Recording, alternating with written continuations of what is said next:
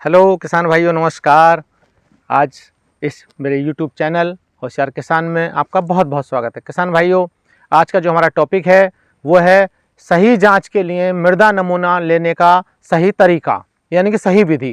किस तरह हम अपने खेत से सही सैंपल लें और उस सैंपल को लेकर लेबोरेटरी भेजना होता है मृदा जांच के लिए, जिससे कि हमें पता चलता है कि हमारे खेत में किन पोषक तत्वों की कमी है और किन पोषक तत्वों को हमें अपने खेत में अपनी फसल के लिए देना होता है।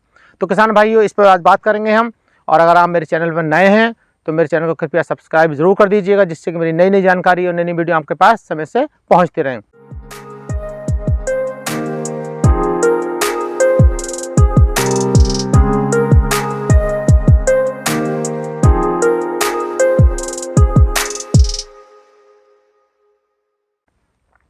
तो आइए बात करते हैं किसान भाइयों, मृदा नमूना यानी कि सोयल सैंपल। सोयल सैंपल लेने के लिए हमें क्या आवश्यकता पड़ती है, क्यों लेना चाहिए, क्यों ज़रूरी है, इसके लिए बात कर लेते हैं। मृदा सैंपल हमें अपने खेत का इसलिए ज़रूरी लेना चाहिए किसान भाइयों, क्योंकि हमें ये पता चलता है कि हमारी जो मृदा है उसमें किन पोषक तत्वों की कमी है, हमारी फसल के लिए किन किन पोषक तत्वों की उपलब्धता है और कितनी मात्रा में उपलब्धता है। और हम जो हमारे किसान भाई इसको जाँच कराते हैं तो उनको लाभ क्या क्या होता है। उनको ये लाभ होता है कि जो हमारी मृदा में जिन पोषक तत्वों की कमी थी, हम उन पोषक तत्वों को देते हैं। अनावश्यक हम खाद नहीं देते हैं, हमारी मृदा जो होती है उसकी सेहत अच्छी बनी रहती है। और जो हमारी खाद हम देते हैं अनावश्यक, यानी कि जितनी मात्रा में ज़रूरत थी हमारे खेत को खाद की, हमने उससे अधिक दिया तो कहीं ना कहीं उसमें जो हमारा पैसा खर्च होता था वो पैसा भी हमें बच जाता है। और हमारी फसलों की बढ़वार अच्छी होती है, उसमें पूरे पोषक तत्व मिलते हैं और उपज भी अधिक पैदा होती है। किसान भाइयों, जो अधिक उपज प्राप्त होगी तो हमारा किसान खुशहाल होंगे। और आप तो जानते ही हैं, जब खुशहाल होगा किसान तो देश बनेगा महान। तो किसान भाइयों, आप बात करते हैं कि जब हम मृदा सैंपल लेने के लिए जाते हैं घर से तो हमें किस किस चीज़ की, किन किन उपकरणों की जरूरत पड़ती है। तो सबसे पहले किसान भाइयों, आप एक खुरपी ले लें। खुरपी या खुरपा आपके पास है तो उसको ले सकते हैं। कुदाल या कस्सी या फावड़ा, इसमें से कुछ भी जो आपके पास उपलब्ध है आप उसको ले सकते हैं। एक बाल्टी ले लीजिए, साफ़ सुथरी स्वच्छ बाल्टी हो। और एक तिरपाल या पॉलीथीन कोई छोटा टुकड़ा ले लीजिए, जिस पर कि आप उसको मिट्टी को वहाँ खेत में फैलाएंगे। और आपके पास छन्नी है अगर तो छन्नी भी ले सकते हैं एक, अगर वहाँ तिनके वगैरह अधिक हैं आपके जो मृदा है आपके खेत की, उसको छानने के लिए। तो इन चीज़ों को लेकर आप अपने खेत पर पहुँच जाते हैं किसान भाइयों। पहुँचने के बाद मान लीजिए आपका ये लगभग 1 एकड़ का खेत है या उससे छोटा खेत है, हो सकता है छोटा खेत हो बड़ा खेत हो। तो उस खेत को रैंडमली क्या करना है कि हमें चारों खेत के कोनों से और खेत के मध्य भाग से और जगह जगह रैंडमली 7-8 जगह से हम सैंपल ले सकते हैं। सैंपल लेने से पहले हमें क्या क्या ध्यान रखना होता है किसान भाइयों, कि जो मेड़ें होती हैं हमारी खेत की मेड़ें हैं, उनसे 1-1.5 मीटर अंदर की तरफ सैंपल लेना होता है। अगर हमारे खेत में कहीं कोई पेड़ खड़ा है तो पेड़ की छाया है वहाँ, उस जगह से हमें सैंपल नहीं लेना है। अगर कहीं चूहे वगैरह की मिट्टी है तो वहाँ का सैंपल नहीं लेना है। कहीं कीचड़ है वहाँ का सैंपल नहीं लेना है। तो इन जगह का सैंपल नहीं लेना है। और सैंपल लेते समय किसान भाइयों, हमें पूरे खेत के हम जो मृदा है उसकी जांच करा रहे हैं, इसलिए बहुत रैंडमली और अच्छा जगह से, जहाँ साफ़ सुथरी जगह है वहाँ से हमें सैंपल लेना होता है। किसी फसल को बुवाई से पहले हम खेत का जब तैयारी करते हैं उससे पहले हम सैंपल लेते हैं।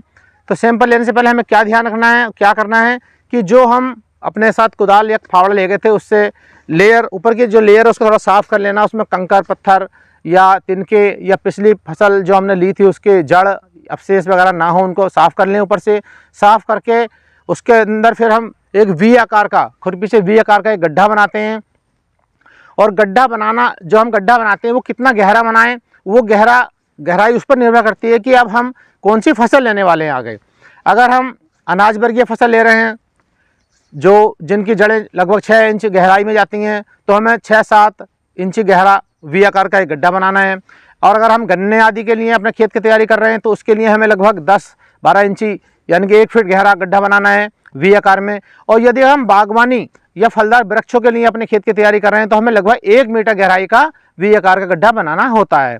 तो किसान भाइयों, ये आपको देखना कि आप किस लिए अपने खेत की मृदा जांच करा रहे हैं, आपको कौन सी आगामी फसल लेनी है, उसी हिसाब से आप गड्ढे बनाइए वी आकार का। और वी आकार का जब हम गड्ढा बनाते हैं वी शेप में, तो वी शेप में जब आप गड्ढा बनाएंगे तो गहराई तक उतनी नाप के आप मिट्टी निकाल देंगे। उसके बाद में जो साइड की लेयर होती है, उस साइड की लेयर को खुरपी से खुरचेंगे, लगभग 1.5-2 इंची मोटी। उस लेयर को आप बाहर निकाल कर उस बाल्टी में रख लेंगे जो बाल्टी हम घर से लेकर गए थे।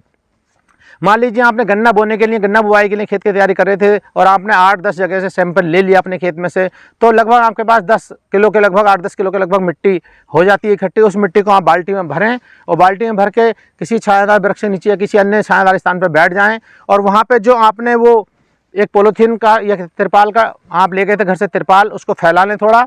लेकिन ये सावधानी बरतनी किसान भाइयों कि जो आपकी खुरपी या फावड़ा था या जो आपका तिरपाल है वो किसी खाद वाद का ना हो तो उसको धो करके सुखा कर लेके जाएं। और जो आपके खुरपी और फावड़ा था उसके ऊपर भी, उस पर जंग नहीं होनी चाहिए, नहीं तो आयरन की मात्रा उसमें बढ़ी हुई आएगी। तो इसलिए उनको भी साफ करके धो के सुखा कर उपकरणों को लेके जाएं। उसके बाद हम उस मिट्टी को उसमें फैला लेते हैं और उसमें डेले वगैरह अगर होते हैं तो उसको कूट लेते हैं, कूट के उसको जो उसमें से अच्छी तरह उसको मिक्स कर देते हैं। मिक्स करने के बाद किसान भाइयों जो पत्थर वगैरह कुछ हैं तो उनको बाहर हटा दें और उसको फैला लें।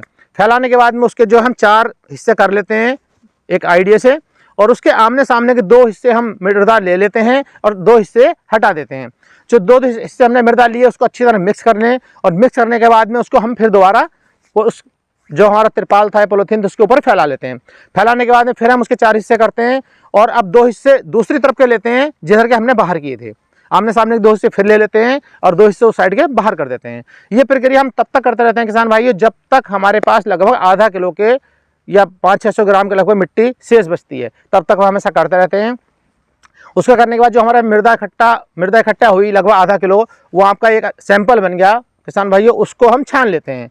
छानने के बाद में जो उसमें घास वास तिनके थे वो बाहर निकल जाते हैं और जो बिल्कुल बढ़िया मिट्टी बची वो हमारा अच्छा सैंपल है। उसको अगर आपके पास समय है तो आप 1-2 दिन के लिए किसी छायादार स्थान पर रखकर उसको थोड़ा सुखा लें, उसकी थोड़ी नमी कम हो जाएगी। उसको फिर एक कपड़े की थैली आती है मार्केट से भी आप खरीद सकते हैं या आप अपने घर में तैयार कर सकते हैं। साफ़ सुथरा सूती कपड़ा हो, उस थैली के अंदर आप उस मृदा को रख दें, या आप पॉलीथीन का भी यूज़ कर सकते हैं। वैसे सरकार ने पॉलीथीन में बैन लगा रखा है तो ये अच्छा है कि आप कपड़े की थैली का ही उपयोग करें किसान भाइयों। उस थैली के अंदर अपनी मृदा रख के खेत की आपको एक कागज़ पर अपना नाम, डैडी का नाम, अपना गांव, अपना पता, पोस्ट ऑफिस, जिला और नीचे अपना मोबाइल नंबर, और सबसे इम्पोर्टेंट बात क्या है कि हमने पिछली कौन सी फसल ली थी और अब आगे हम कौन सी फसल लेने वाले हैं उसका नाम आप ज़रूर लिखें उसमें। और एक और चीज़, मान लो आपके 1, 2 या 3 या 4 या 6 खेत हैं और 6 खेतों का आपने सैंपल लिया है तो वो सैंपल मिक्स ना हो जाए, इसलिए आप उस पर्ची पर खेत की पहचान भी जरूर लिखें। जैसे कि मान लो आपका पीपल के पेड़ वाला खेत या बोरिंग वाला खेत या नहर के किनारे वाला खेत, आपकी एक जो पहचान होती है गांव की भाषा में आप खेत पहचानते हैं, उस खेत की पहचान आप उस पर जरूर लिखें।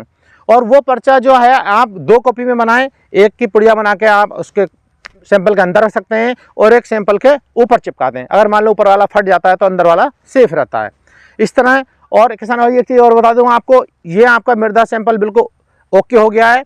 अब आप इसको लैब भेज सकते हैं टेस्टिंग के लिए।